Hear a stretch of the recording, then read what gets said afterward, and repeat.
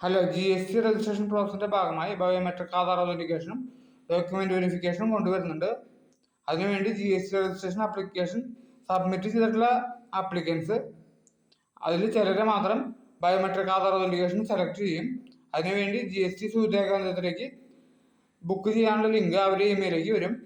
അതുപയോഗിച്ച് GST സൂചനാ കേന്ദ്രത്തിലേക്ക് ഉള്ള ഡേറ്റും ടൈമും ബുക്ക് ചെയ്തതിനു ശേഷം ആ പറഞ്ഞ ഡേറ്റിലും ടൈമിലും ഇവിടെ GST സൂചനാ കേന്ദ്രത്തിലേക്ക് പോകുമ്പോൾ 3 ഡോക്യുമെന്റ്സ് കൊണ്ടുപോകണം.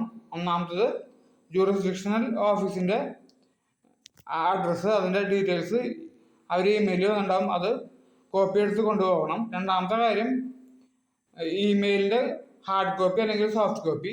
മൂന്നാമത്തെ കാര്യം അപ്ലോഡ് ചെയ്തിട്ടുള്ള ഡോക്യുമെന്റ്സ്, അതിന്റെ ഒറിജിനലും. ഈ 3 ഡോക്യുമെന്റ്സ് വേണം കൊണ്ടുപോകാൻ.